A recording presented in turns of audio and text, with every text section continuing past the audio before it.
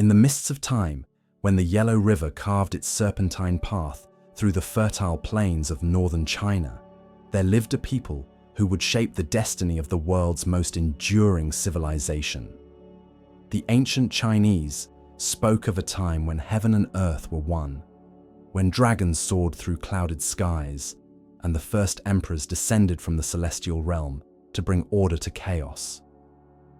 These were not mere legends, but the spiritual foundation upon which an empire would rise, endure for millennia, and leave an indelible mark upon human history. The story begins not with precise dates or archaeological certainty, but with the whispered memories of a culture that has never forgotten its origins. In the vast expanse of what we now call China, scattered tribes wandered the river valleys, their lives intertwined with the rhythms of flood and drought, planting and harvest. They worshipped ancestors whose spirits dwelt in the wind and water, and they dreamed of unity under a single heaven. Around 2100 BCE, according to the ancient chronicles, the Zhou dynasty emerged from this primordial landscape, though modern scholars debate its historical existence. The Xia represents something profound in the Chinese consciousness. The first attempt to organize society under the mandate of heaven. Yu the Great, the legendary founder of the Xia, was said to have tamed the great floods that plagued the Yellow River Valley. For 13 years, he labored without rest, channeling waters and building canals, never once returning to his home, even when he passed by its gates. His dedication to the people's welfare established the ideal of benevolent rulership that would echo through Chinese history. The Xia dynasty, whether mythical or real, gave way to the Shang around 1600 BCE, and here, the mists of legend begin to part, revealing the first clearly documented Chinese civilization. The Shang people built their capital at Anyang, in what is now Henan province, and from there, ruled over a confederation of city-states that stretched across the Yellow River Valley. Their king was both temporal ruler and high priest, mediating between the world of the living and the realm of the ancestors. The Shang mastered the art of bronze casting, creating vessels of extraordinary beauty and complexity. These bronze dings and guys were not merely functional objects, but sacred instruments used in elaborate rituals to honor the dead and ensure the continued prosperity of the kingdom. The Shang kings believed that their ancestors possessed the power to influence the outcome of battles, the success of harvests, and the fate of the dynasty itself. Before any important decision, they would consult the spirits through oracle bones, turtle shells, and ox scapulae that were heated with bronze rods until they cracked.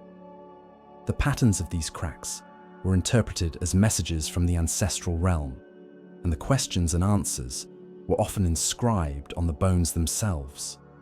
These oracle bone inscriptions, discovered in the late 19th century, represent the earliest known form of Chinese writing. The characters were pictographic, bearing clear resemblance to the objects they represented, yet already showing the complexity and sophistication that would characterize Chinese script for millennia to come.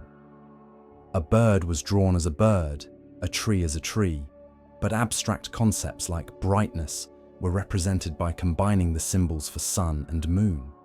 This writing system was not merely a tool for record-keeping, but a sacred technology that linked the earthly realm with the divine. The Shang military was formidable, built around horse-drawn chariots that thundered across the northern plains. These chariots, likely introduced from the steppes to the north, gave the Shang a decisive advantage over their enemies. The king's army was supplemented by a complex system of vassal lords who controlled their own territories and provided troops when called upon. This feudal structure, with its intricate web of obligations and loyalties, would become a defining feature of Chinese political organization. Yet for all their power, the Shang dynasty was not eternal. In 1046 BCE, they fell to the Zhou, a people from the western regions who had long served as Shang vassals. The Zhou conquest was led by King Wu, who proclaimed that the Shang had lost the mandate of heaven through their corruption and cruelty. This concept, that legitimate rule depended on moral virtue and divine approval, became the central justification for political change throughout Chinese history. Dynasties rose and fell, but the mandate of heaven endured, providing both stability and legitimacy to the imperial system. The Zhou dynasty, which would rule China for nearly 8 centuries, was the longest-lasting dynasty in Chinese history. They established their capital at Haojing, near present-day Xi'an, and extended their influence far beyond the Yellow River Valley. The Zhou kings called themselves the Son of Heaven and claimed to rule all lands under the celestial dome. Their realm was known as the Middle Kingdom, reflecting their belief that China stood at the center of the civilized world, surrounded by barbarian peoples who had not yet received the blessings of Chinese culture. The early Zhou period was marked by expansion and consolidation. The Zhou kings granted fiefs to their relatives and allies, creating a network of feudal states that owed allegiance to the central government. This system, known as Fengjian, allowed the Zhou to control vast territories while maintaining the loyalty of local rulers. The feudal lords built walled cities, administered justice, collected taxes, and provided military service to the king. In return, they received protection and legitimacy from the Zhou court. The Zhou made significant advances in agriculture, metallurgy, and craftsmanship. They developed iron tools and weapons which were superior to bronze in both effectiveness and economy. The iron plough revolutionized agriculture, allowing farmers to cultivate more land and feed larger populations. The Zhou also perfected the art of silk production, creating textiles of unparalleled beauty that would become one of China's most famous exports. Their craftsmen produced exquisite bronzes, jades, and lacquerware that reflected both technical skill and aesthetic sophistication. The Zhou period also witnessed the development of China's great philosophical traditions. Around the 6th century BCE, as the Zhou dynasty began to weaken and the feudal system started to break down, a period of intellectual ferment began. This was the age of Laozi and Confucius, of Zhuangzi and Mencius, of the 100 schools of thought that would shape Chinese civilization for millennia to come. Confucius, born in 551 BCE in the state of Lu, was perhaps the most influential thinker in Chinese history. His philosophy, known as Confucianism, emphasized the importance of moral cultivation, social harmony, and good governance. Confucius believed that society could be perfected through education and moral example, starting with the ruler and extending down through all levels of society. He taught that the ideal ruler was a gentleman who governed through moral virtue rather than force, and that subjects owed loyalty to their superiors, while superiors had obligations to care for their subordinates. The Confucian emphasis on education, meritocracy, and social responsibility would become deeply embedded in Chinese culture. Confucius's teachings were recorded by his disciples in the Analects, a collection of sayings and conversations that became one of the most important texts in Chinese literature. The Confucian ideal of the scholar official, the educated gentleman who serves the state through his learning and moral character, would dominate Chinese government for over 2,000 years. Contemporary with Confucius was Laozi, the legendary founder of Taoism. Where Confucianism emphasized social engagement and active virtue, Taoism advocated withdrawal from worldly concerns and harmony with the natural order. The Tao, or the Way, was the underlying principle of the universe, the source of all existence that could not be fully grasped by human reason.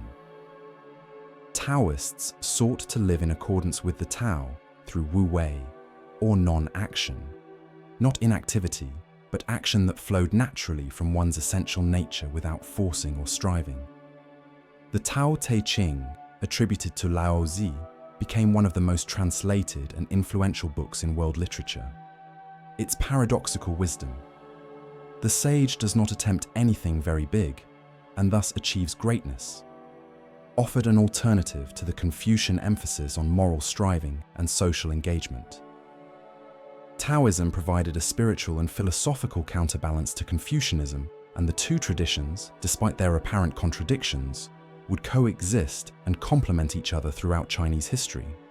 The weakening of the Zhou dynasty in the 8th century BCE ushered in a period of political fragmentation known as the Spring and Autumn period, named after the chronicle that recorded the events of this era. The Zhou kings retained nominal authority, but real power had shifted to the feudal lords who ruled independent states. These states engaged in constant warfare, diplomacy, and intrigue as they competed for supremacy. The period was marked by the rise of powerful hegemon states that temporarily unified groups of smaller states under their leadership. The Spring and Autumn period was a time of rapid social and economic change. The old aristocratic order was giving way to a more merit-based system, as capable administrators and military leaders rose to prominence regardless of their birth. Commerce and trade expanded, cities grew larger, and new technologies spread throughout the Chinese world. The introduction of iron weapons and tools revolutionized both warfare and agriculture, while the development of coinage facilitated trade and taxation. This period of political fragmentation paradoxically led to cultural flowering. The competing states sought to attract talented individuals to their courts, creating a competitive marketplace for ideas and innovations. Philosophers, strategists, and administrators traveled from state to state, spreading new concepts and techniques. The 100 schools of thought emerged during this period, as different philosophical traditions competed to offer solutions to the problems of governance and society.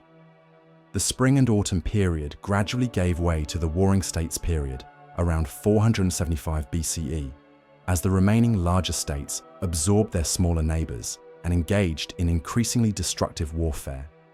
7 major states emerged from this process: Qin, Chu, Zhou, Wei, Han, Yan, and Qi. These states developed sophisticated military organizations, administrative systems, and diplomatic strategies as they vied for supremacy. The Warring States period was characterized by total warfare, in which entire populations were mobilized for military purposes. Armies grew to enormous sizes, sometimes numbering in the hundreds of thousands. The states developed new military technologies, including crossbows, cavalry, and siege engines. They also pioneered new forms of government administration, creating bureaucratic systems that could effectively manage large territories and populations. The intellectual ferment of the Warring States period produced some of China's greatest philosophical works. Mencius, a follower of Confucius, developed a more idealistic version of Confucian thought that emphasized the inherent goodness of human nature and the right of the people to rebel against corrupt rulers. Zhou, another Confucian philosopher, took a more realistic approach, arguing that human nature was fundamentally selfish and that good government required strong institutions and clear laws. The legalist school, represented by philosophers like Han Fei, argued for a completely different approach to governance. The legalists believed that human nature was fundamentally selfish and that only strict laws and harsh punishments could maintain social order. They advocated for a strong, centralized state with absolute power in the hands of the ruler, who would govern through a system of rewards and punishments rather than moral example.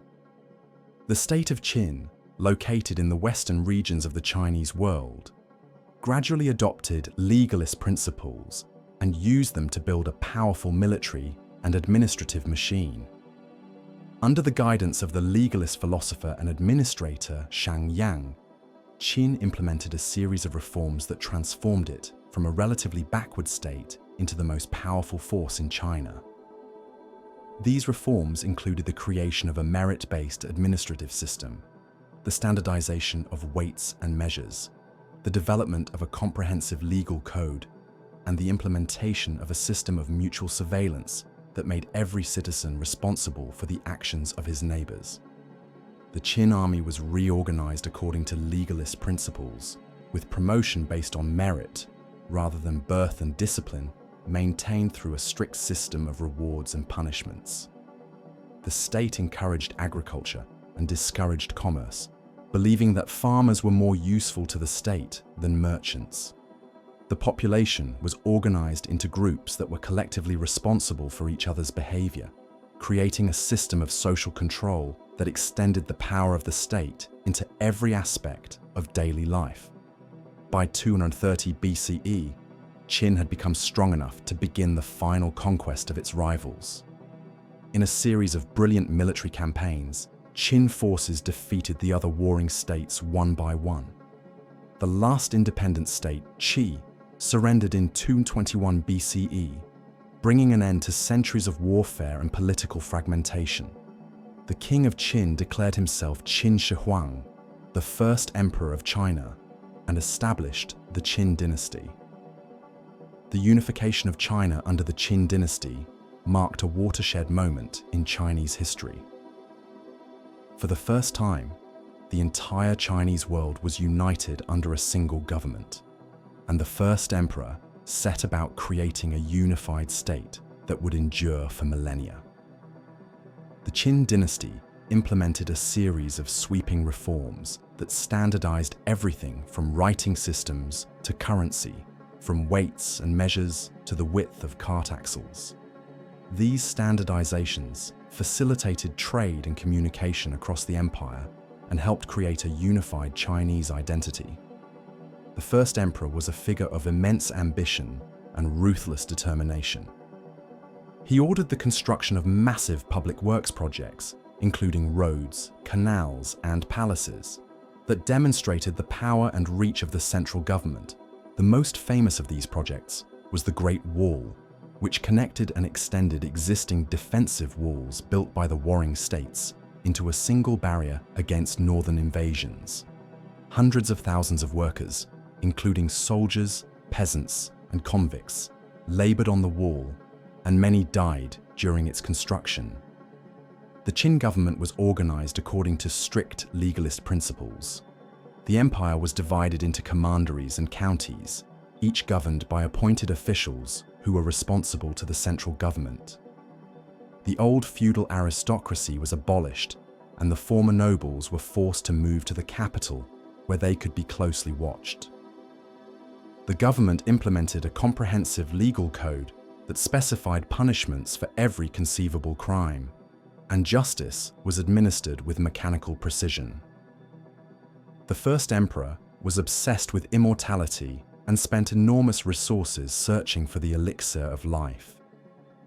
He sent expeditions to the eastern seas to find the islands of the immortals, and he patronized alchemists and magicians who promised to discover the secret of eternal life. He was also fascinated by the afterlife and began construction of an enormous mausoleum complex that would serve as his eternal residence. This tomb, guarded by thousands of terracotta warriors, each individually crafted and painted, represents one of the greatest archaeological discoveries of the 20th century. Despite its achievements, the Qin dynasty was short-lived. The first emperor died in 210 BCE, and the dynasty collapsed within 4 years. The legalist system, while effective in creating a unified state, was too harsh and rigid to maintain popular support. The heavy taxation required to fund the emperor's projects, the brutal punishments mandated by legalist law, and the constant surveillance of daily life created widespread resentment. When the emperor died, rebellions broke out across the empire, and the Qin dynasty quickly disintegrated. The collapse of the Qin dynasty led to another period of civil war, as various leaders competed to establish a new dynasty. The eventual winner was Liu Bang, a commoner who had served as a minor official under the Qin. Liu Bang defeated his rivals and established the Han dynasty in 206 BCE, taking the title Emperor Gaozu. The Han Dynasty would rule China for over 4 centuries, establishing many of the institutions and traditions that would define Chinese civilization. The Han Dynasty represented a synthesis of legalist efficiency and Confucian morality.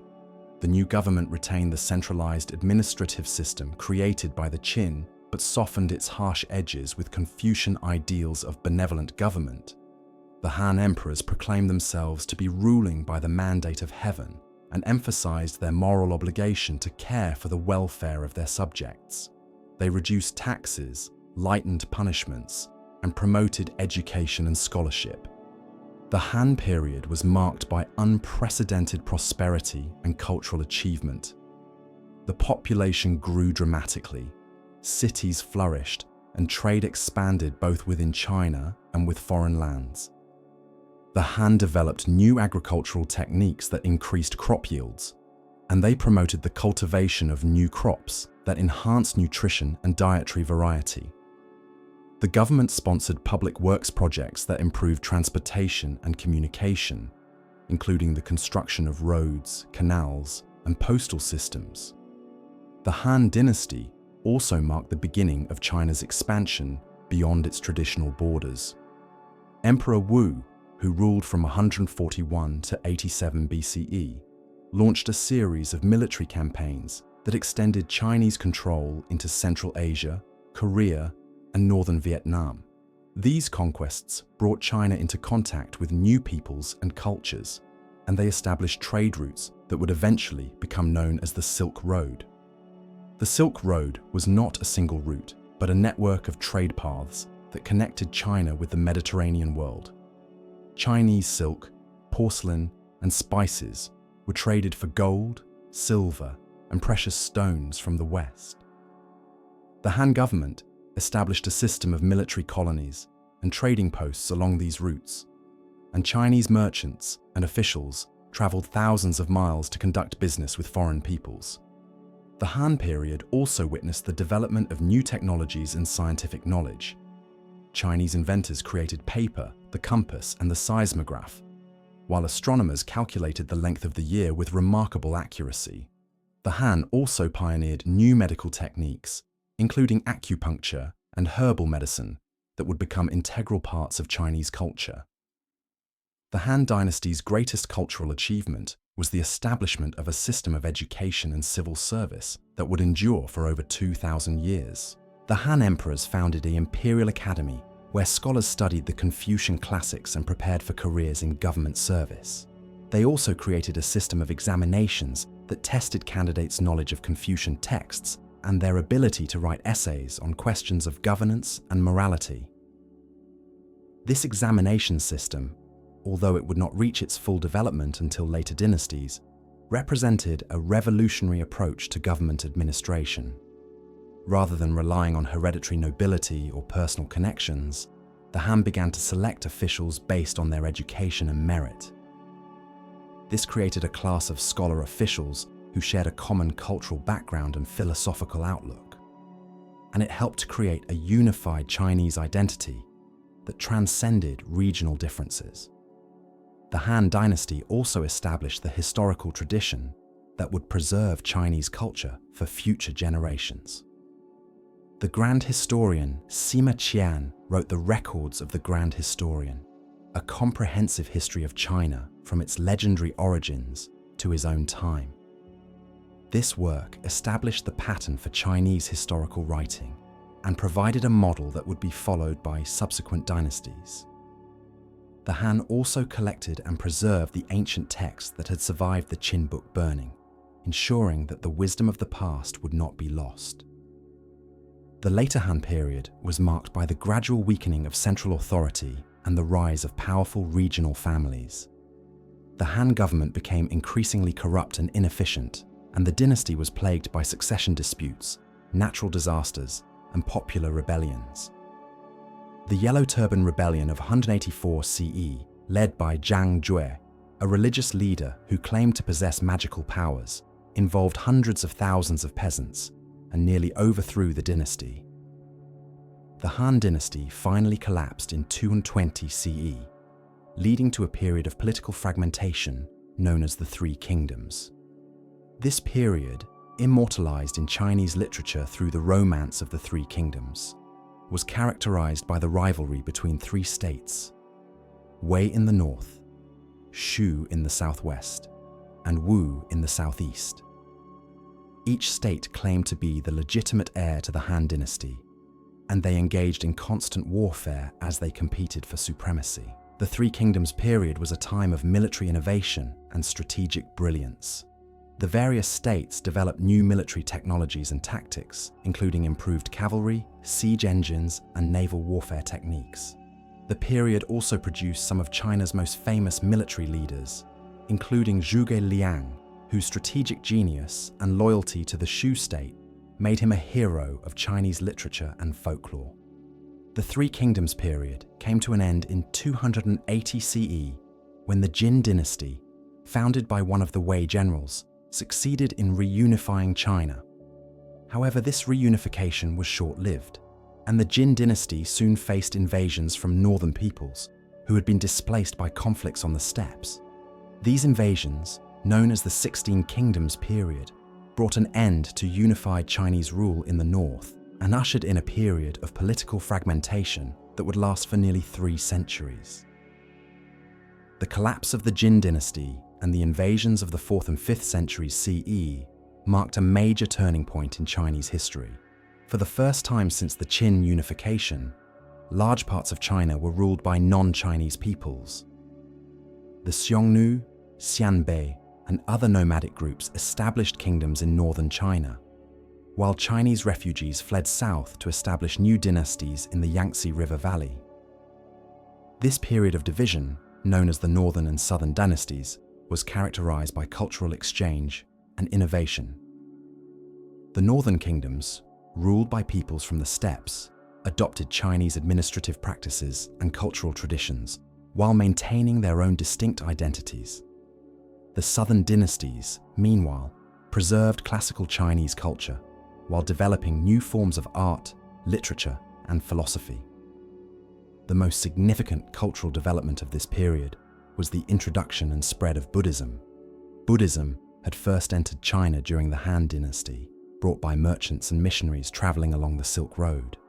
However, it was during the period of division that Buddhism truly took root in Chinese soil. The uncertain times and political instability of the era made the Buddhist message of suffering and transcendence particularly appealing to many Chinese. Buddhist monasteries became centers of learning and culture, preserving texts and fostering intellectual exchange. Buddhist art and architecture transformed Chinese aesthetics, introducing new forms and motifs that would become integral to Chinese culture. The great cave temples at Dunhuang, Yungang, and Longmen, carved during this period, represent some of the finest examples of Buddhist art in the world. Buddhism also had a profound impact on Chinese philosophy and thought. Buddhist concepts of karma, rebirth, and enlightenment were integrated with existing Confucian and Taoist ideas, creating new, synthetic philosophical systems. The interaction between Buddhism and indigenous Chinese thought led to the development of distinctly Chinese forms of Buddhism, including Chan Buddhism, which emphasized meditation and direct experience over textual study. The period of division also witnessed significant advances in science and technology. Chinese mathematicians made important discoveries in algebra and geometry, while astronomers refined their understanding of celestial mechanics. The invention of gunpowder, although not yet used for military purposes, occurred during this period, as did important advances in metallurgy and engineering. The political fragmentation of the Northern and Southern dynasties period finally came to an end in 589 CE, when Yang Jian, a general from the Northern Zhou dynasty, conquered the Southern Chen dynasty and established the Sui dynasty.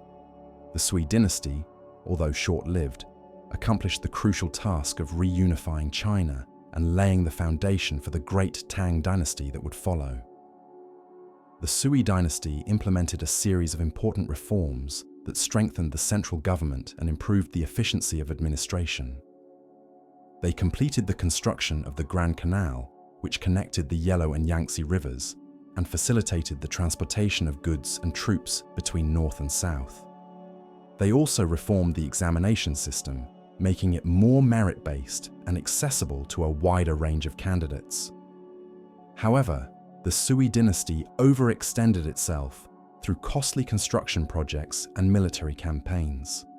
The second Sui emperor, Yang, was particularly ambitious, launching expensive expeditions against Korea and building lavish palaces and gardens. These projects required enormous expenditures and heavy taxation, creating widespread discontent among the population. The Sui dynasty collapsed in 618 CE, overwhelmed by rebellions and invasions. From the chaos emerged Li Yuan, who established the Tang dynasty and took the title Emperor Gaozu.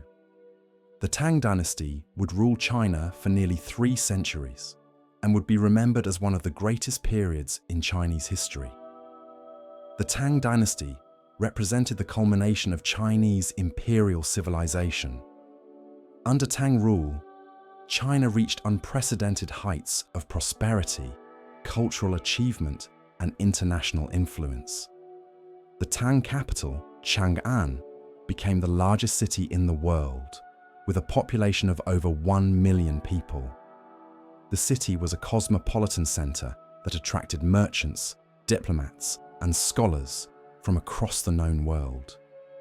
The Tang dynasty was characterized by openness to foreign influence and cultural exchange.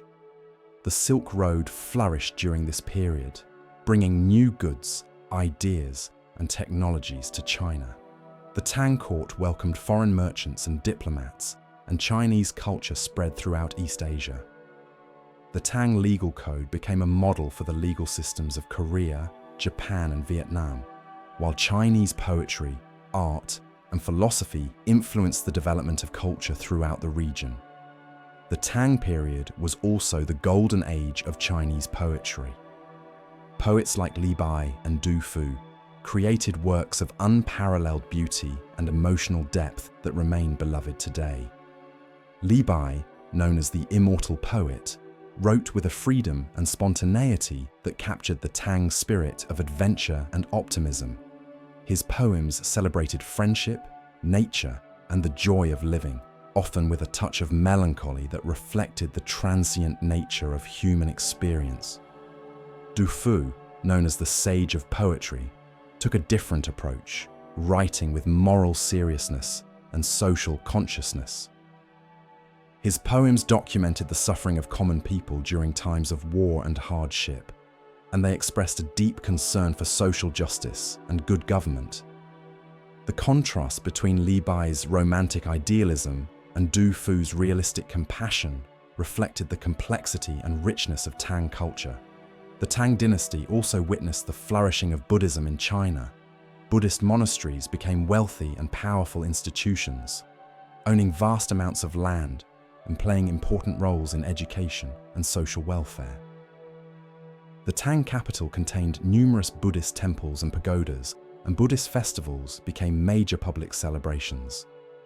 The most famous Buddhist monument of the Tang period is the giant wild goose pagoda in Chang'an, built to house Buddhist scriptures brought from India by the monk Xuanzang. Xuanzang's journey to India, undertaken in the 7th century CE, was one of the great adventures of the Tang period.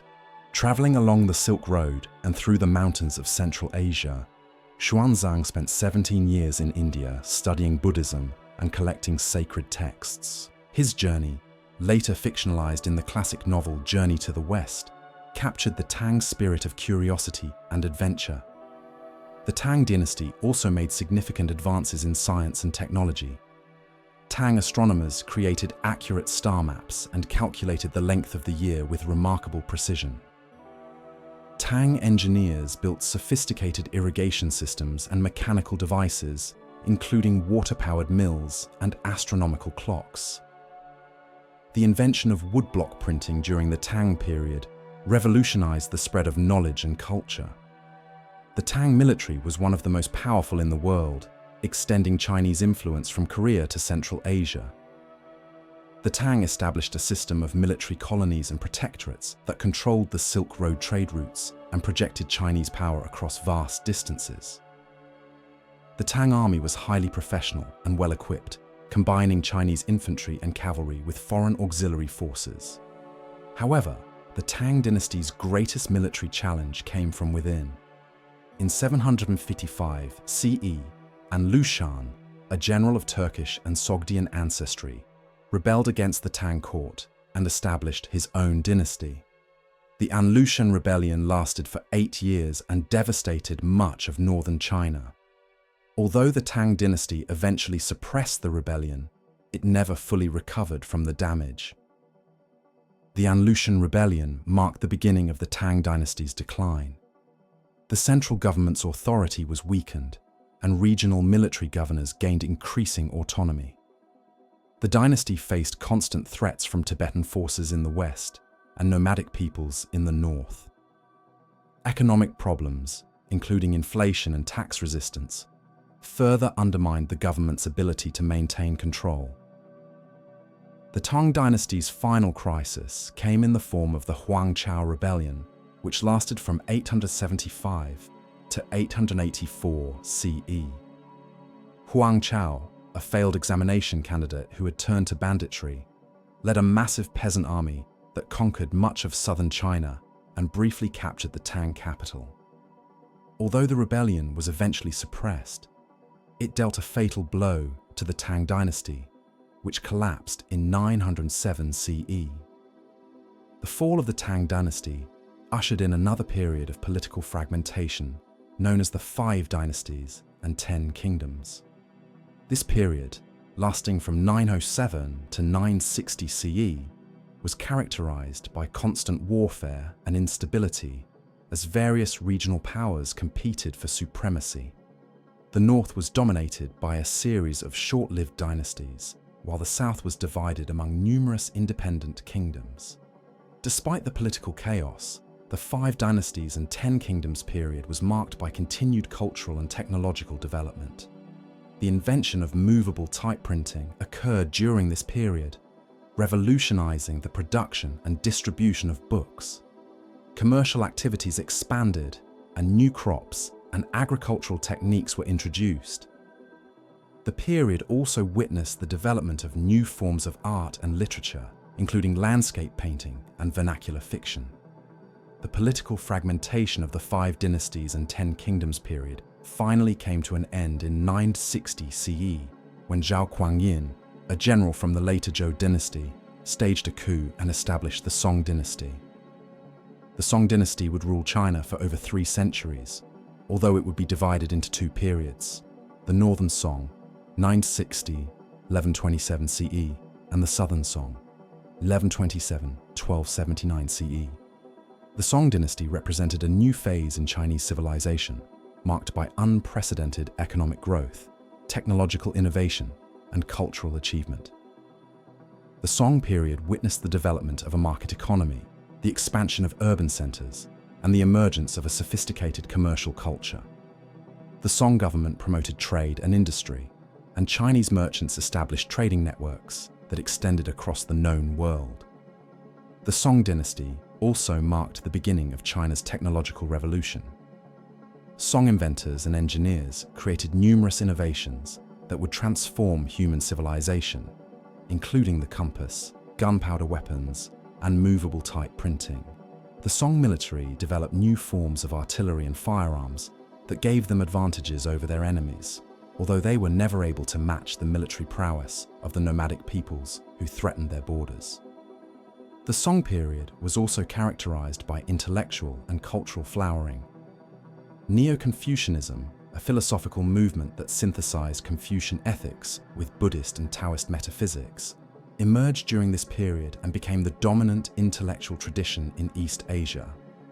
Neo-Confucian philosophers like Zhou created comprehensive philosophical systems that addressed questions of cosmology, human nature, and social organization. The Song dynasty also witnessed the development of new forms of art and literature.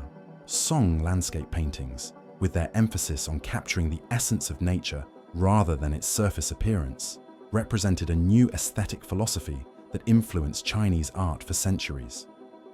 Song poetry, although less famous than Tang poetry, displayed a new sophistication and psychological depth that reflected the complexity of Song society.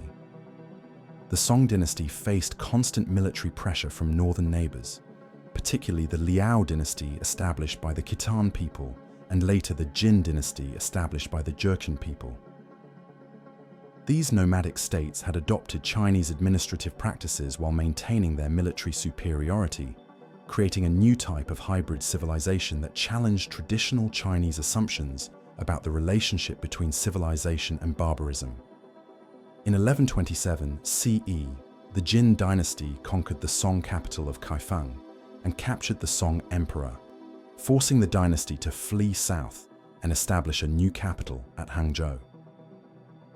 This southern Song period was marked by continued economic growth and cultural achievement, but the dynasty was never able to recover its former territory or fully restore its military power. The southern Song dynasty faced its final challenge in the form of the Mongol Empire, which had been established by Temujin, known as Genghis Khan, in the early 13th century. The Mongols, under Genghis Khan and his successors, conquered vast territories across Asia and Europe, creating the largest contiguous empire in human history. The Mongol invasion of China began in 1211 CE and continued for over 70 years, finally culminating in the conquest of the southern Song in 1279 CE. The Mongol conquest of China represented a fundamental challenge to Chinese civilization. For the first time in over a millennium, the entire Chinese empire was ruled by a foreign people who had no previous experience with Chinese culture or administrative practices.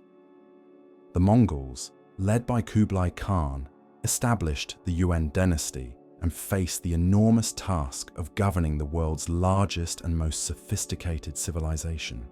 The Yuan dynasty represented a unique experiment in world history, the attempt by a nomadic people to rule a sedentary agricultural civilization. The Mongols retained many Chinese administrative practices while introducing their own cultural traditions and bringing together people from across their vast empire. The Yuan court included Chinese scholars and officials, alongside Mongols, Central Asians, and even Europeans.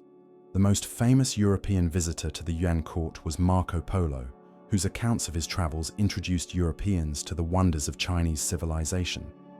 Polo's descriptions of Chinese cities, technologies, and customs amazed European readers and helped to stimulate European interest in Asian trade and exploration.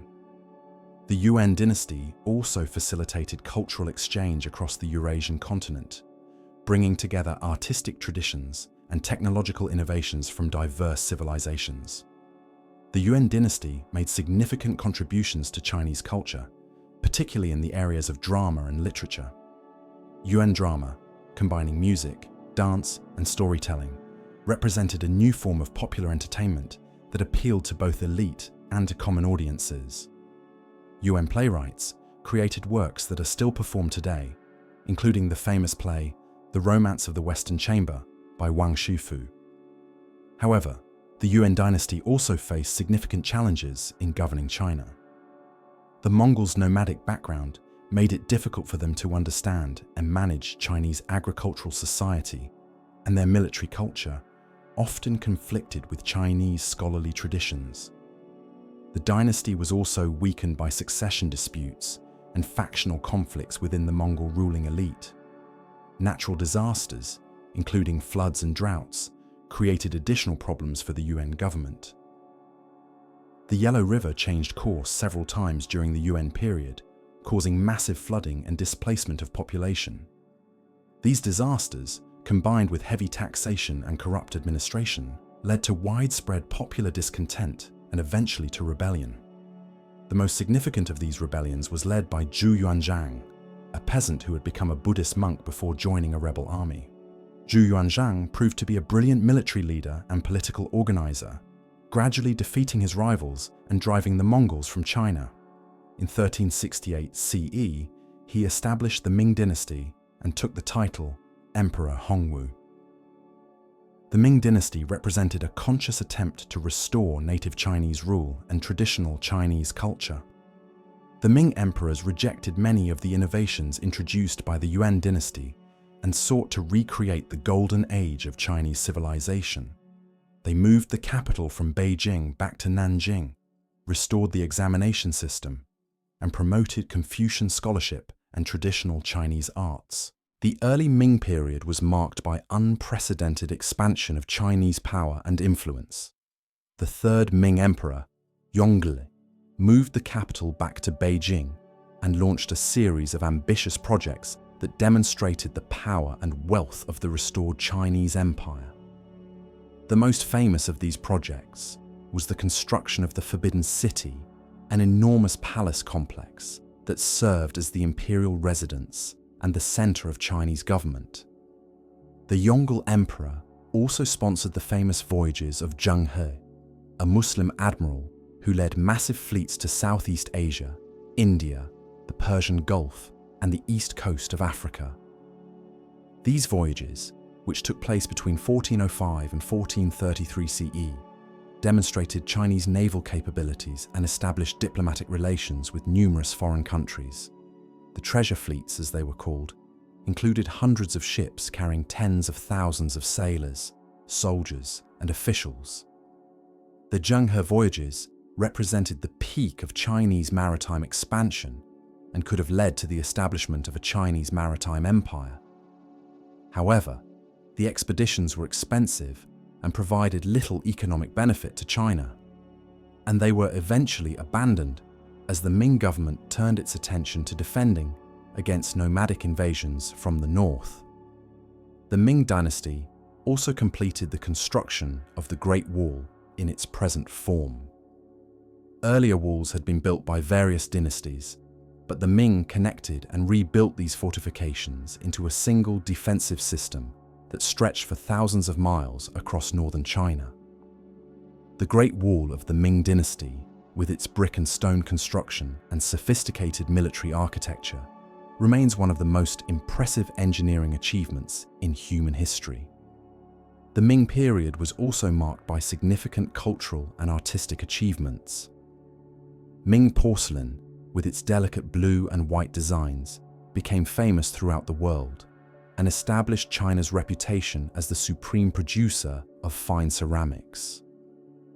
Ming painters continued the traditions established during the Song dynasty while developing new techniques and styles.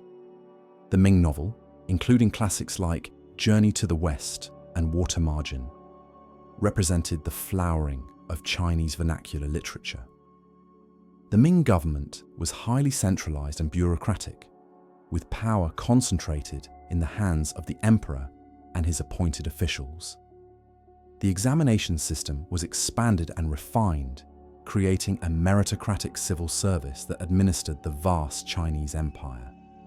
The Ming legal code was comprehensive and detailed, providing a framework for governance that influenced legal systems throughout East Asia. However, the Ming dynasty also faced significant challenges that would eventually lead to its downfall.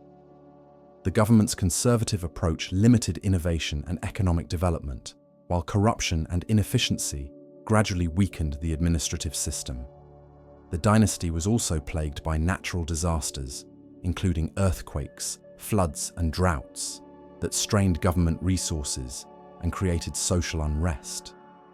The most serious challenge to Ming rule came from the north, where the Manchu people had established a powerful state that threatened Chinese security. The Manchus, descendants of the Jurchen people who had established the Jin dynasty centuries earlier, had adopted Chinese administrative practices while maintaining their military traditions. Under their leader Nurhaci and his son Hong Taiji, the Manchus gradually conquered the tribes of Manchuria and established the later Jin dynasty, later renamed the Qing dynasty.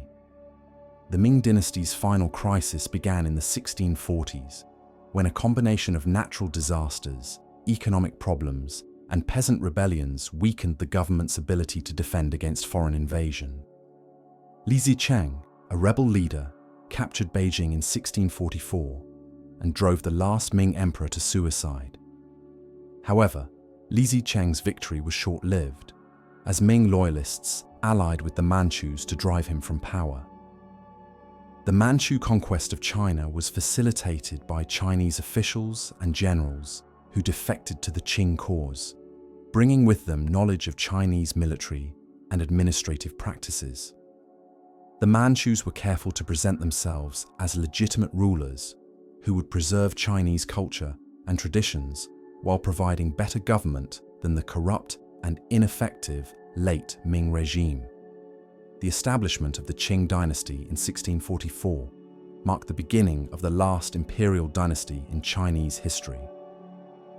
The Qing would rule China for over 2.5 centuries, presiding over a period of unprecedented territorial expansion, population growth, and cultural synthesis. Under Qing rule, China reached its greatest territorial extent, incorporating Mongolia, Tibet, and Xinjiang into a vast multi-ethnic empire. The early Qing emperors were remarkably successful in consolidating their rule and winning the acceptance of the Chinese population. The Kangxi emperor, who ruled from 1661 to 1722, was particularly skilled at balancing Manchu and Chinese interests while expanding the empire's borders and promoting cultural development. Kangxi was a patron of scholarship and the arts, commissioning massive encyclopedia projects and supporting the compilation of classical Chinese texts. The Qianlong Emperor, who ruled from 1735 to 1796, presided over what many consider the golden age of the Qing dynasty. During his reign, China's population doubled, reaching over 300 million people, while the economy grew to unprecedented levels of prosperity. The Qianlong court was famous for its luxury and cultural refinement, and the emperor himself was an accomplished poet and calligrapher. The Qing dynasty also marked the final flowering of traditional Chinese culture. Qing scholars produced comprehensive studies of Chinese history, philosophy, and literature, while Qing artists created works of great beauty and technical skill. The famous novel Dream of the Red Chamber, written during the Qing period, is considered by many to be the greatest work of Chinese literature. However, the Qing dynasty's success contained the seeds of its eventual decline. The rapid population growth that characterized the early Qing period eventually outstripped the capacity of traditional Chinese agriculture to support it, leading to land shortages and social tensions. The government's conservative approach to economic and technological development left China increasingly behind the rapidly industrializing Western nations.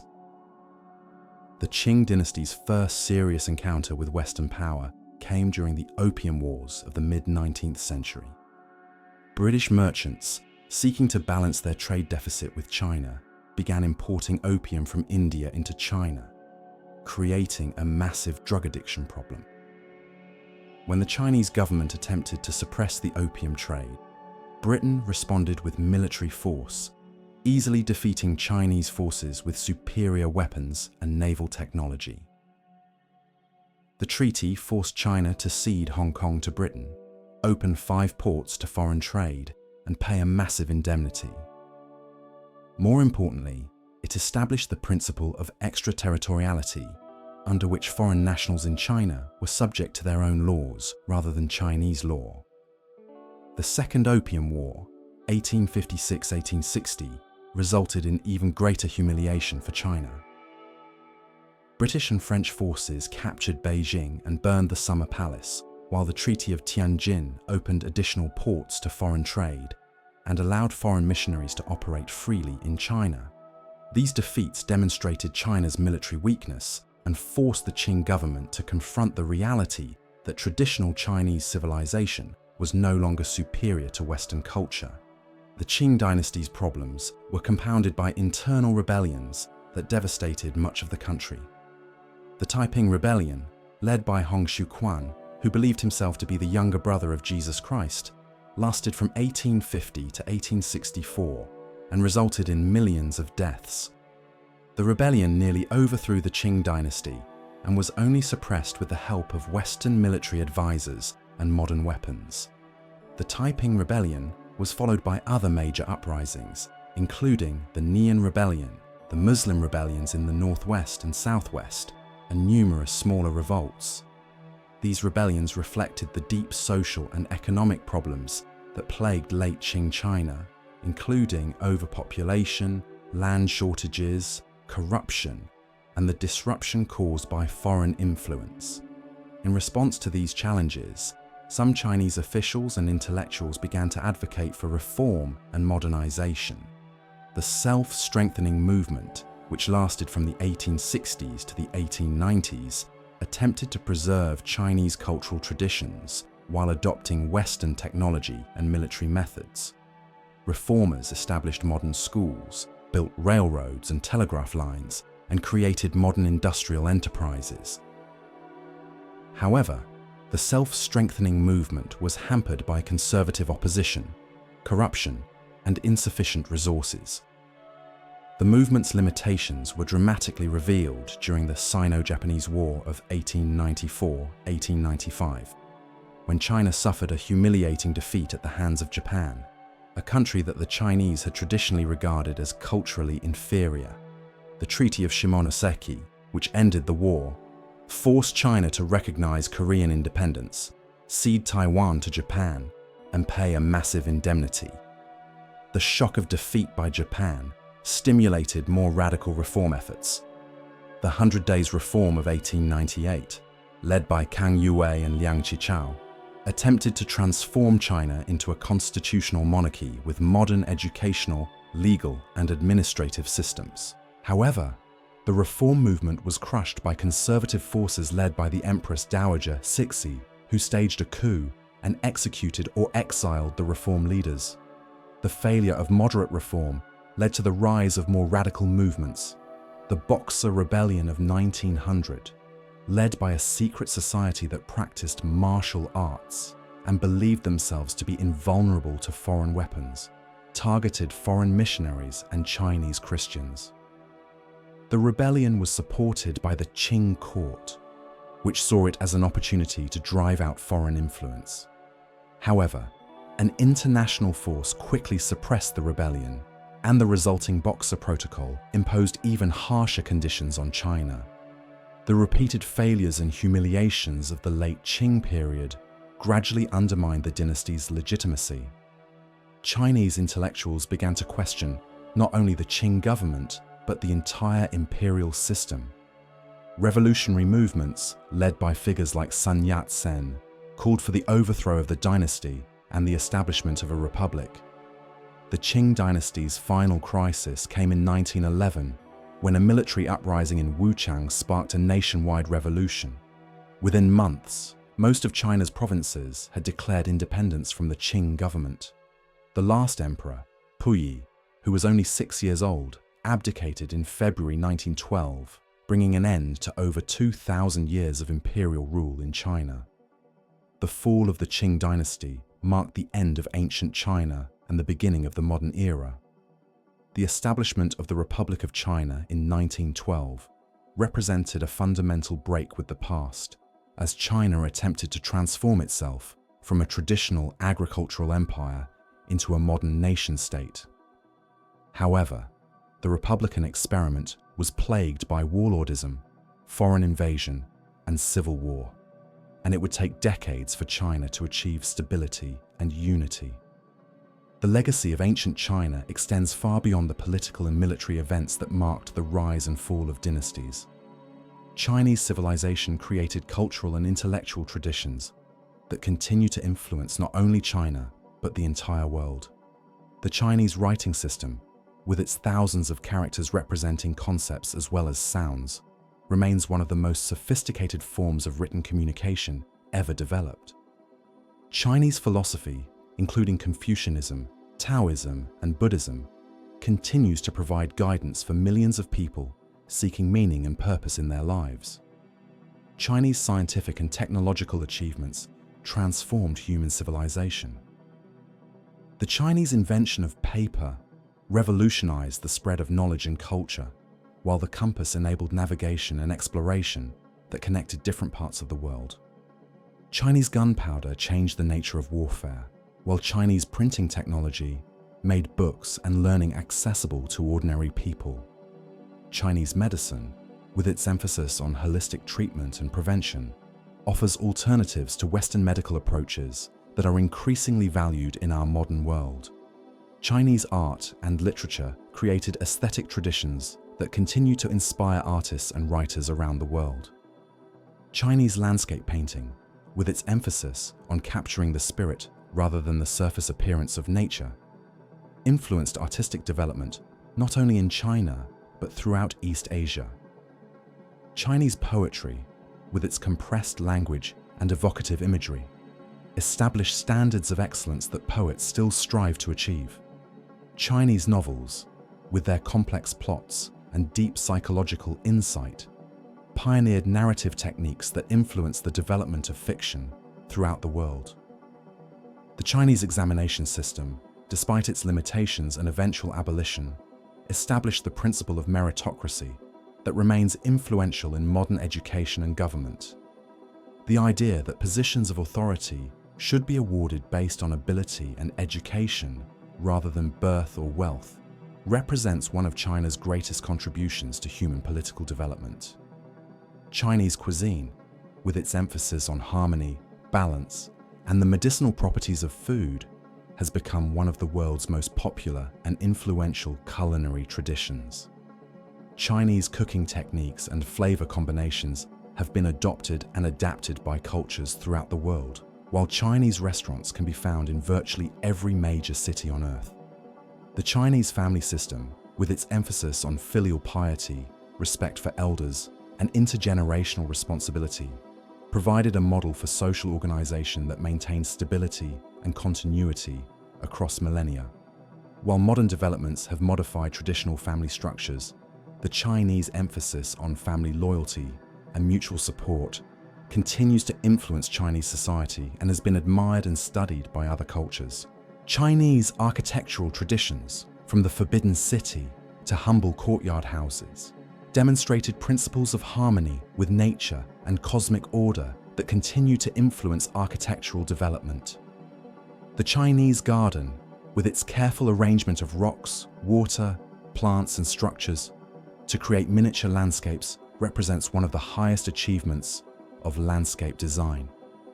The Chinese concept of the mandate of heaven, while specific to Chinese political culture, contributed to the development of ideas about legitimate government and the right of people to rebel against corrupt rulers.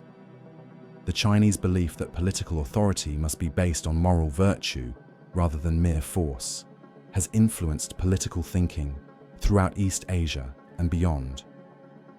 Chinese innovations in agriculture, including intensive cultivation techniques, new crops, and sophisticated irrigation systems, enabled China to support the world's largest population for over a millennium. Chinese agricultural methods were studied and adopted by other cultures seeking to increase their food production and support growing populations. The enduring influence of ancient Chinese civilization can be seen in the continued importance of Chinese culture in the modern world.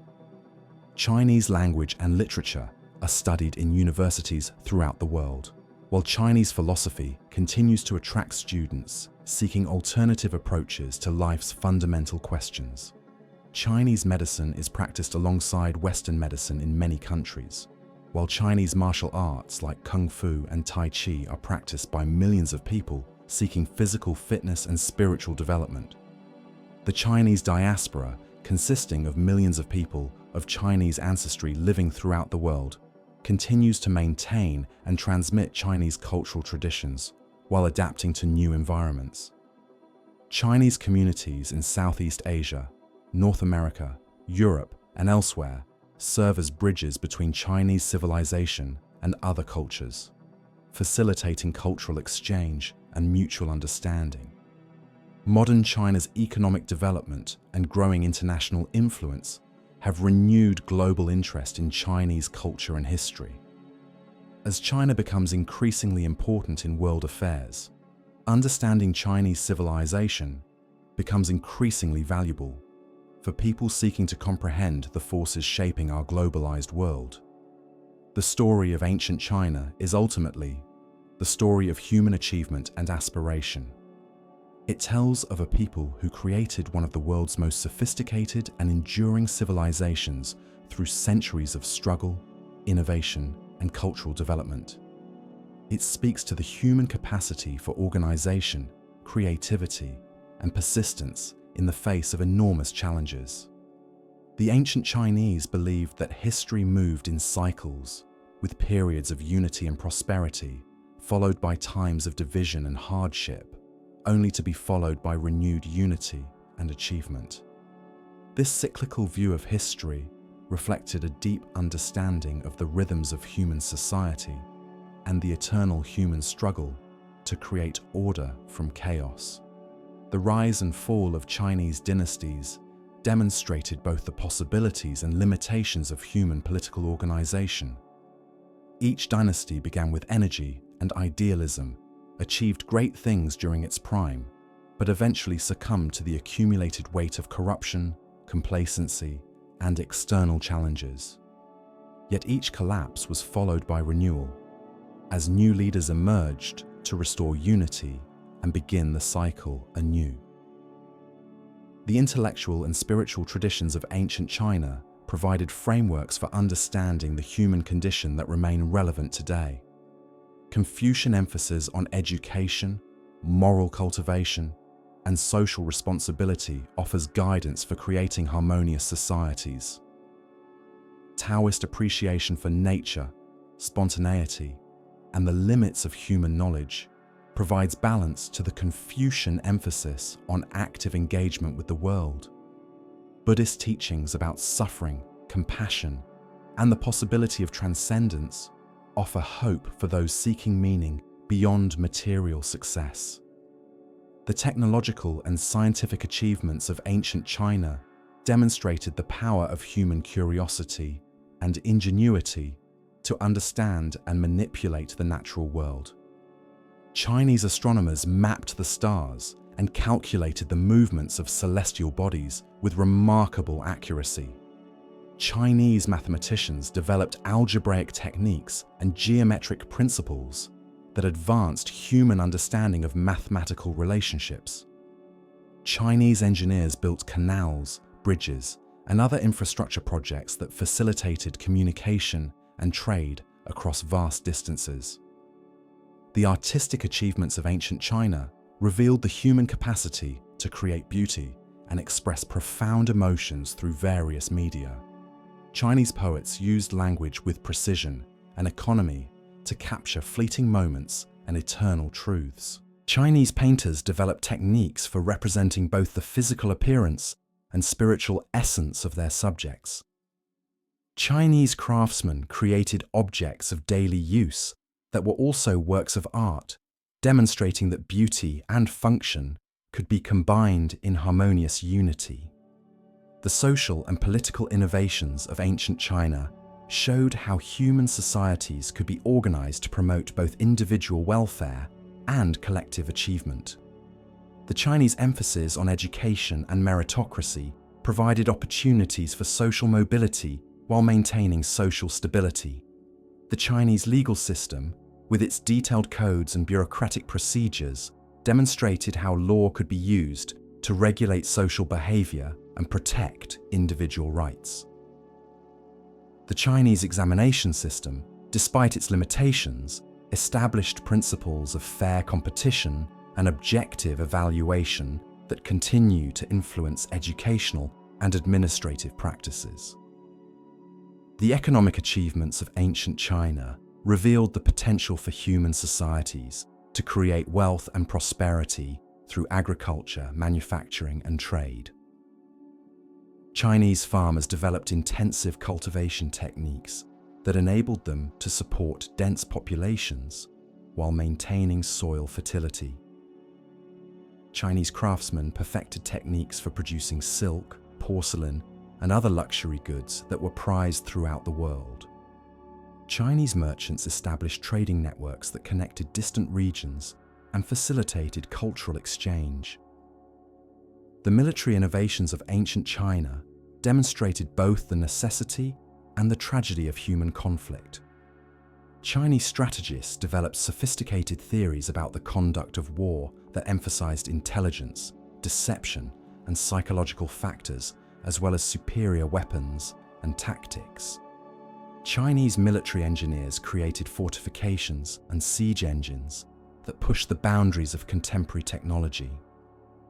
Yet the Chinese also recognized that military victory was meaningless without moral authority and popular support. As the gentle night deepens and these ancient stories flow like the Yellow River through the consciousness of time, we find ourselves approaching the culmination of our journey through the vast landscape of Chinese civilization. Yet the final saga of ancient China is not one of simple ending, but of profound transformation, not of death, but of metamorphosis into something new, while carrying forward the accumulated wisdom of millennia. The last emperor of China, the child Puyi, sitting on the dragon throne in the Forbidden City, as the sounds of revolution echoed through Beijing's ancient streets, represented both an ending and a beginning. In that moment, as the heavy gates of the imperial palace closed for the final time on over 2 millennia of dynastic rule, ancient China completed its final transformation, passing its vast inheritance to the modern world that was struggling to be born. The mandarins in their silk robes, the scholars with their brushes and inkstones, the farmers tending their ancestral fields, the craftsmen shaping porcelain and silk with techniques passed down through countless generations, all were part of this great transition, this moment when the ancient and eternal met the modern and urgent. The mandate of heaven, which had legitimized the rule of emperors since the Zhou dynasty, was finally returning to the people themselves, though the path forward would prove as winding and difficult as the great rivers that had shaped Chinese civilization from its beginning. To understand the true magnitude of what was ending with the fall of the Qing dynasty, we must pause to contemplate the extraordinary tapestry of human achievement that ancient China had woven across the centuries. In the quiet halls of the Forbidden City, where the last emperor played with his toys while the world transformed outside, lay the accumulated treasures of one of humanity's most enduring civilizations. The imperial library contained millions of volumes, representing the continuous intellectual tradition that stretched back to the oracle bones of the Shang dynasty. Here were preserved the poetry of Li Bai and Du Fu, the philosophical works of Confucius and Laozi, the historical chronicles of Sima Qian, and the literary masterpieces of countless generations of Chinese writers. The architectural marvels of ancient China stood as silent witnesses to this great transition. The Great Wall, snaking across the northern mountains like a stone dragon, embodied the determination and sacrifice of countless generations who had labored to protect their civilization from foreign invasion. The Buddhist cave temples at Dunhuang, Yungang, and Longmen, carved from living rock and decorated with thousands of painted figures, represented the spiritual aspirations of millions of believers who had sought enlightenment through art and devotion. The elegant pagodas that punctuated the Chinese landscape, rising toward heaven with their graceful curves and upturned eaves, symbolize the Chinese belief in the connection between earth and sky, human and divine. In the workshops and studios of Beijing, Nanjing, and countless smaller cities, master craftsmen continued to practice arts that had been refined over centuries. The porcelain makers of Jingdezhen shaped clay with techniques that had been passed down through generations, creating vessels of translucent beauty that captured light like captured moonbeams. The silk weavers worked their looms with patterns that told stories of dragons and phoenixes, flowers and clouds, creating textiles that had been prized by emperors and coveted by merchants from distant lands. The jade carvers worked with infinite patience to transform rough stone into objects of perfect smoothness and mystical beauty, believing that jade possessed spiritual properties that could connect the living with the dead. The scholarly tradition that had sustained Chinese civilization for over 2 millennia continued even as the imperial system that had nurtured it began to crumble. In academies and private schools throughout the empire, teachers still instructed their students in the classical texts that had shaped Chinese thought for generations. Young men memorized the Analects of Confucius, the poetry of the Tang masters, and the historical records that preserve the memory of ancient heroes and sages.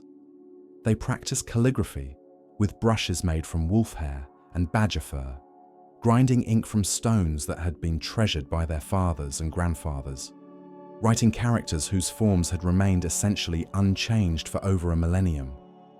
The medical traditions of ancient China, developed over centuries of careful observation and experimentation, continued to heal the sick and comfort the suffering. Chinese physicians diagnosed illness by reading the pulse, examining the tongue, and observing the complexion, using techniques that recognize the fundamental interconnectedness of body, mind, and spirit. They prescribed herbal medicines composed of roots, leaves, and flowers that had been tested through generations of clinical experience, and they practiced acupuncture with needles placed at precise points that corresponded to the flow of vital energy through the human body. The agricultural knowledge that had enabled China to support the world's largest population for over 1,000 years remained embedded in the practices of millions of farmers who worked the land with techniques perfected through centuries of experience. They understood the subtle relationships between soil, water, climate, and crops that allowed them to extract maximum productivity from every available acre.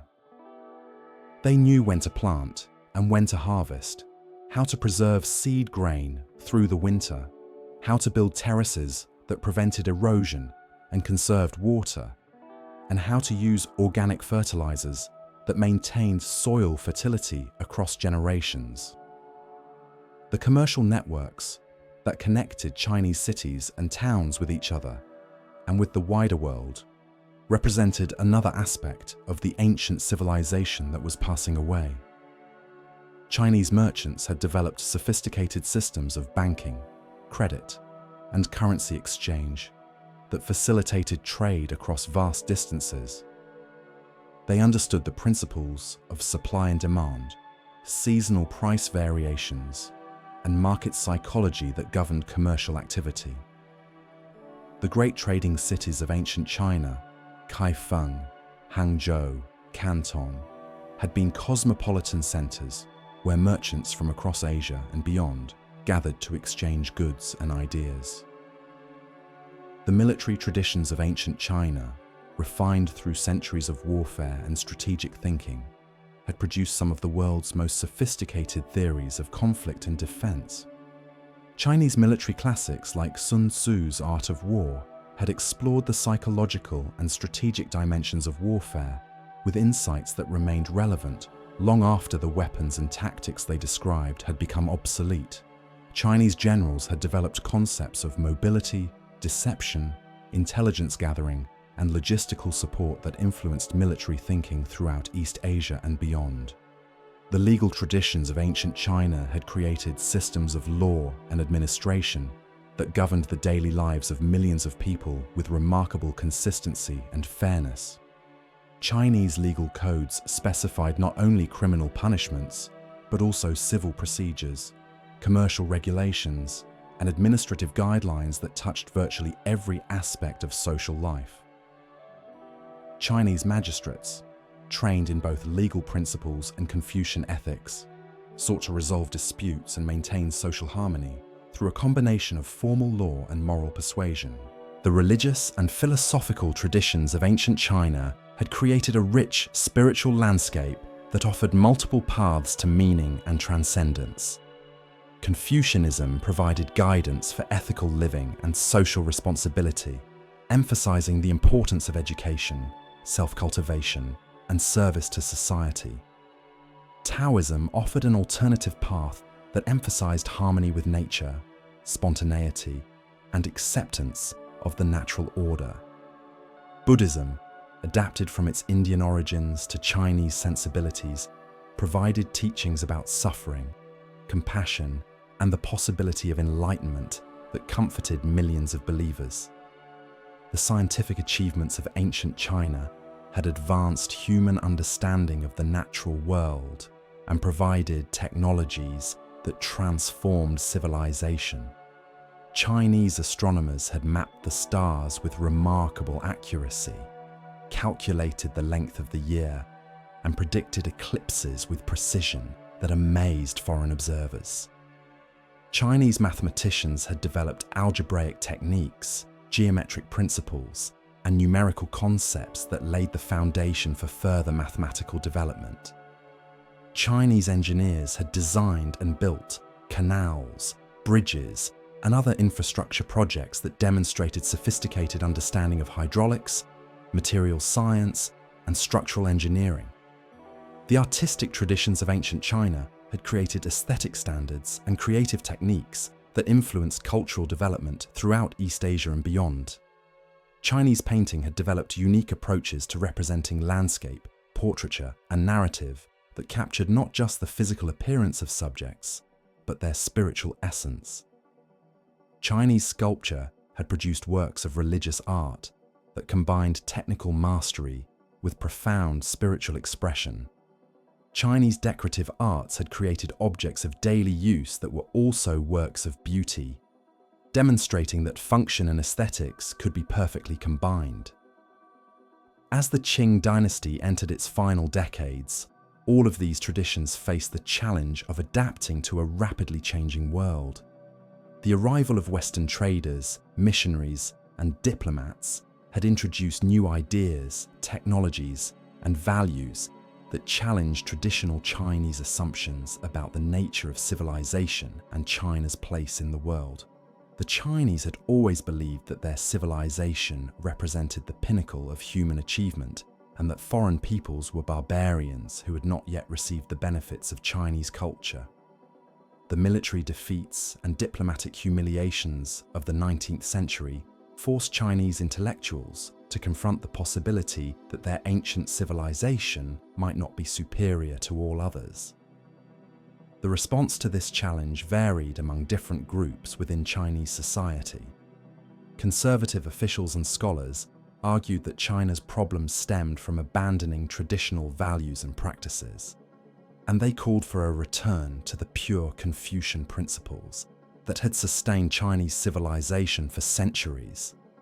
They believed that foreign influences were corrupting Chinese society, and that the solution lay in strengthening rather than abandoning traditional institutions. Reform-minded intellectuals, by contrast, argued that China needed to learn from Western countries in order to strengthen itself against foreign domination. They advocated for the adoption of Western science, technology, and political institutions while preserving the essential elements of Chinese culture. They believed that China could selectively borrow from the West without losing its fundamental character as a civilization. Revolutionary thinkers went even further, arguing that Chinese civilization itself was the source of China's weakness, and that only a complete transformation of Chinese society could save the country from foreign domination. They called for the overthrow of the imperial system, the abolition of traditional social hierarchies, and the creation of a modern nation-state based on Western models.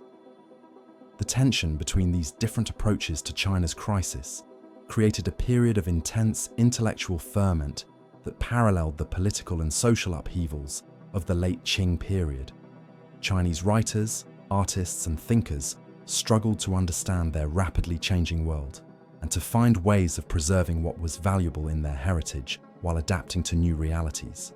The young Emperor Puyi, sitting on the dragon throne as these great debates raged around him, was himself a symbol of this complex transition. Born into an ancient institution that claimed divine authority and cosmic significance, he was also a modern child who played with foreign toys and learned foreign languages. His tutors taught him the classical Chinese texts that had educated emperors for centuries, but they also introduced him to Western mathematics, science, and history. He was the inheritor of a tradition that stretched back to the mythical Yellow Emperor, but he was also a citizen of a world that was becoming increasingly interconnected and cosmopolitan. The Forbidden City, where Puyi spent his childhood, was itself a microcosm of this cultural complexity. The ancient buildings, with their traditional Chinese architecture and symbolic decorations, preserved the aesthetic and spiritual values of traditional Chinese civilization.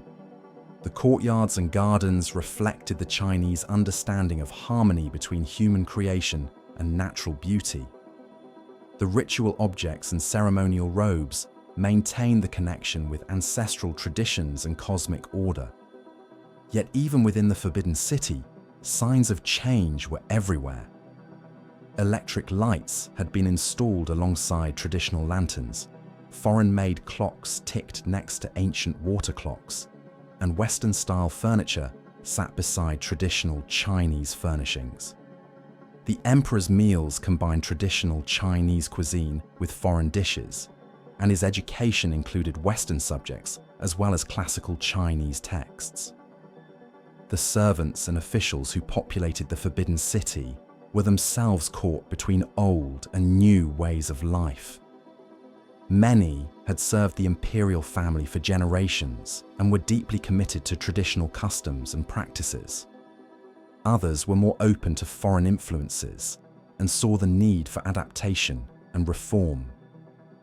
The eunuchs who had served Chinese emperors for centuries found their traditional role questioned by those who saw the institution as a symbol of Chinese backwardness and cruelty.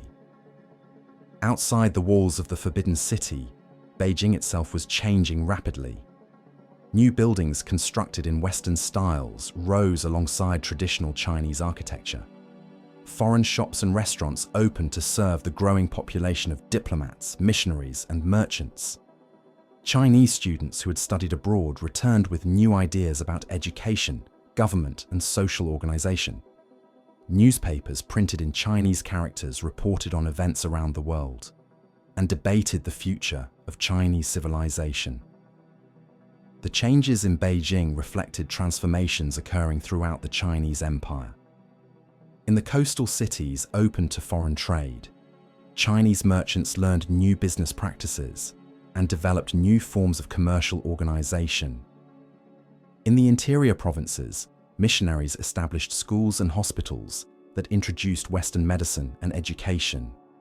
Railroad lines connected distant regions for the first time, facilitating the movement of people, goods, and ideas on an unprecedented scale. The impact of these changes on ordinary Chinese people was profound and often disorienting. Farmers who had worked the same fields for generations found their traditional way of life disrupted by new crops, new tools, and new market relationships. Craftsmen who had practiced traditional arts faced competition from foreign-made goods that were often cheaper and sometimes superior to their own products.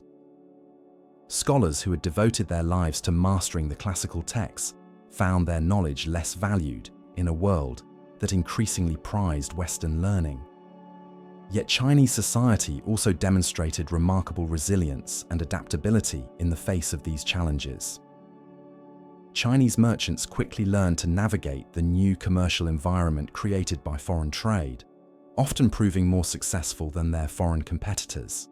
Chinese students who studied Western subjects often combined them with traditional Chinese learning to create new synthetic approaches to knowledge and problem solving. Chinese artists and writers experimented with new forms and themes while maintaining their connection to traditional aesthetic values.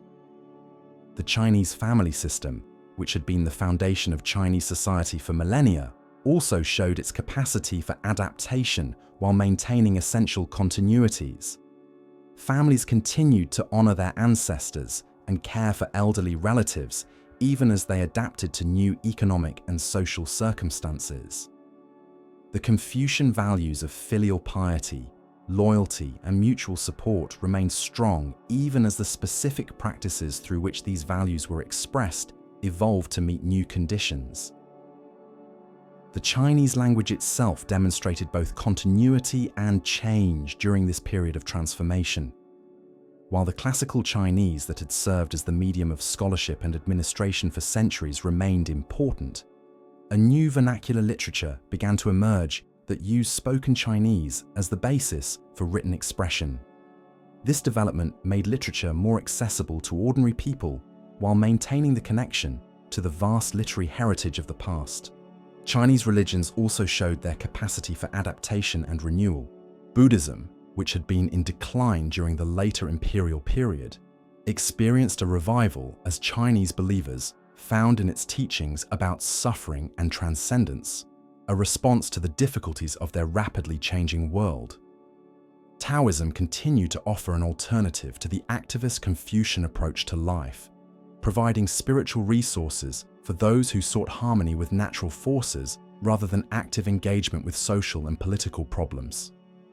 Confucianism itself underwent reinterpretation as scholars sought to extract from the classical texts insights that could guide China's response to modern challenges. The examination system, which had been the pathway to government service for over 1,000 years, faced particular pressures during the late Qing period. Critics argued that the system's emphasis on memorizing classical texts was inadequate preparation for governing a modern state that needed officials trained in Western knowledge and techniques. Reformers called for the inclusion of Western subjects in the examinations and for practical training that would prepare officials to deal with new challenges. The abolition of the examination system in 1905 represented one of the most significant breaks with traditional Chinese practice in the empire's history. For centuries, the examinations had not only provided a mechanism for selecting government officials, but had also served as the organizing principle for Chinese education and culture. The texts studied for the examinations had shaped the intellectual development of the Chinese elite, while the meritocratic ideals embodied in the system had provided a means of social mobility that distinguished Chinese society from more rigid hierarchical systems.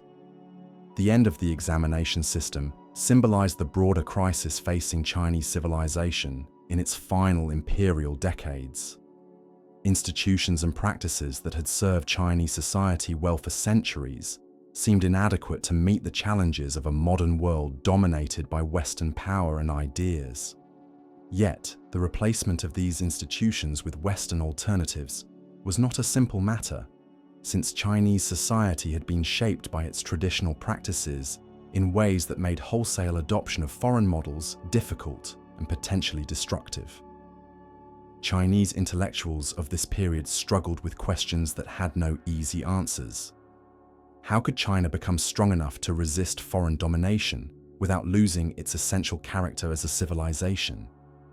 How could Chinese society adopt Western technology and political institutions without abandoning the values and traditions that had sustained it for millennia? How could China participate in a world increasingly dominated by Western ideas and practices while maintaining its own cultural integrity? These questions became increasingly urgent as the Qing dynasty entered its final crisis. The dynasty's inability to respond effectively to foreign challenges had undermined its legitimacy, while its hesitant and inconsistent attempts at reform had satisfied neither conservatives who wanted to preserve traditional ways, nor revolutionaries who demanded fundamental change. The Empress Dowager Cixi, who had dominated Chinese politics for nearly half a century, represented the contradictions of the late Qing period in her own person.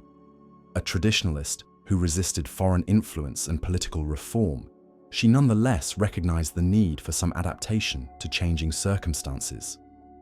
Cixi's death in 1908, followed by the death of the Guangxu emperor on the same day, left the dynasty in the hands of the child emperor Puyi, and a regency that lacked both the authority and the vision necessary to guide China through its crisis.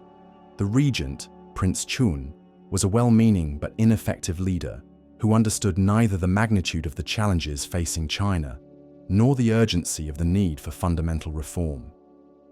The revolution that finally overthrew the Qing dynasty in 1911 was triggered by a relatively minor incident: the accidental explosion of a bomb in the Russian concession of Hankou that led to the discovery of revolutionary plans. However, the rapid spread of the revolution throughout the empire demonstrated that the dynasty's authority had already been fatally undermined. Province after province declared independence from the Qing government, and within months, the revolutionaries controlled most of the empire. The ease with which the Qing dynasty collapsed surprised even its opponents and reflected the extent to which the traditional imperial system had lost its legitimacy. The mandate of heaven, which had justified imperial rule for over 2 millennia, was seen as having passed from the Manchus to the Chinese people themselves.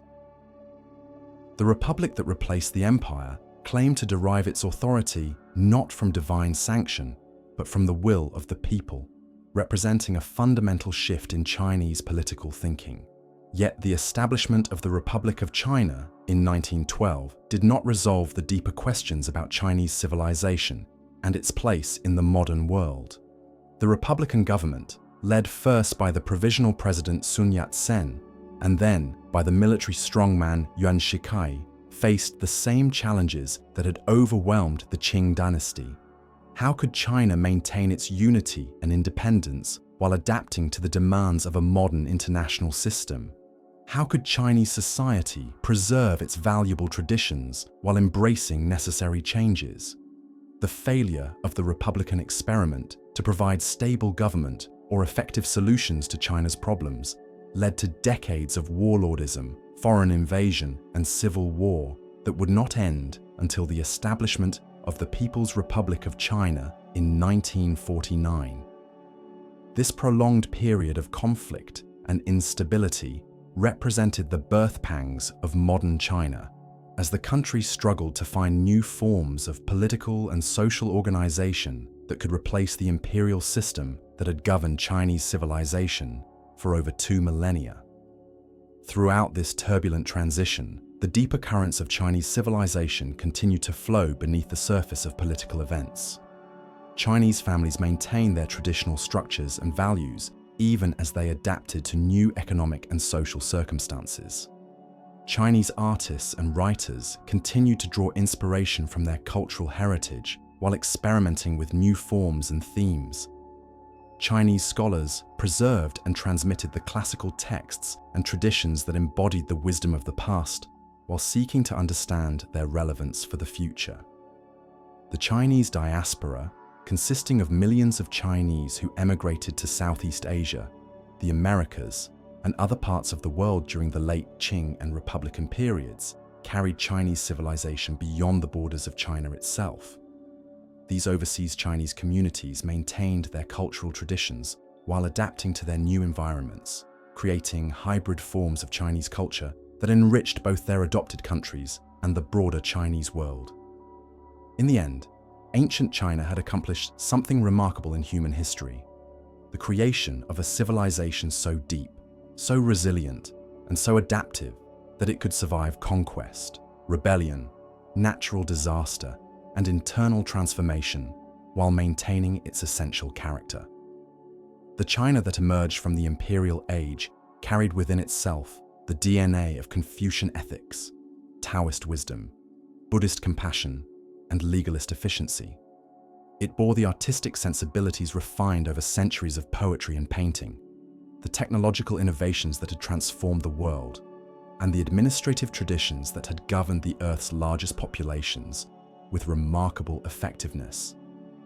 The ancient Chinese belief in the unity of heaven and earth, the harmony between human society and natural order, the cyclical nature of historical change, and the possibility of moral transformation continue to pulse through Chinese culture, even as the political forms that had expressed these beliefs for so long finally passed away. The examination halls fell silent, the imperial edicts ceased to flow from the Forbidden City, and the Dragon Throne stood empty. But the deeper currents of Chinese civilization continued to flow, carrying forward the accumulated wisdom of ages into an uncertain but hopeful future. The story of ancient China reminds us that civilizations, like individuals, pass through cycles of birth, growth, maturity, decline, and renewal. Each phase, brings its own challenges and opportunities, its own achievements and failures. The ultimate measure of a civilization's success is not whether it avoids decline and change, for all human institutions are temporary, but whether it creates something of lasting value that enriches the human experience and contributes to the ongoing conversation between past and future. In this sense, ancient China was profoundly successful. The values it championed, the knowledge it accumulated, the arts it perfected, and the institutions it created became part of the permanent heritage of humanity. The Chinese emphasis on education, moral cultivation, and social harmony continues to influence societies around the world. The Chinese understanding of the relationship between humanity and nature provides wisdom that is increasingly relevant in an age of environmental crisis. The Chinese appreciation for the subtle and the understated, for the power of suggestion rather than assertion, offers an alternative to more aggressive and confrontational approaches to human relationships. As we contemplate the end of ancient China and its transformation into something new, we are reminded of the Buddhist teaching about impermanence, that all conditioned things are subject to change and decay. Yet the Buddhist tradition also teaches that understanding and accepting impermanence can lead to a deeper appreciation of the present moment and a more compassionate engagement with the world. The ancient Chinese, who absorbed Buddhist teachings into their own cultural synthesis, would have understood that the end of their imperial civilization was not a tragedy, but a natural part of the eternal cycle of change and renewal. The last emperor Puyi, who lived to see the establishment of the People's Republic of China and died as an ordinary citizen in 1967, embodied in his own life the transformation of Chinese civilization from ancient to modern forms. His personal journey from the divine ruler of an ancient empire to a reformed citizen of a revolutionary state paralleled the larger journey of Chinese civilization itself, a journey of adaptation, learning, and renewal that continues to this day. As we rest now in the quiet satisfaction of a story fully told, we can feel the weight and beauty of this great civilization settling into memory like sediment in a peaceful river. Ancient China, with all its glories and tragedies, its achievements and failures, its moments of brilliant light and periods of profound darkness, takes its place in the great continuum of human experience, its voice joining the eternal conversation between past and future, tradition and innovation, the human and the divine. The story ends, but like all true stories, it continues to live wherever human beings gather to remember, to learn, and to dream of what might yet be possible under heaven.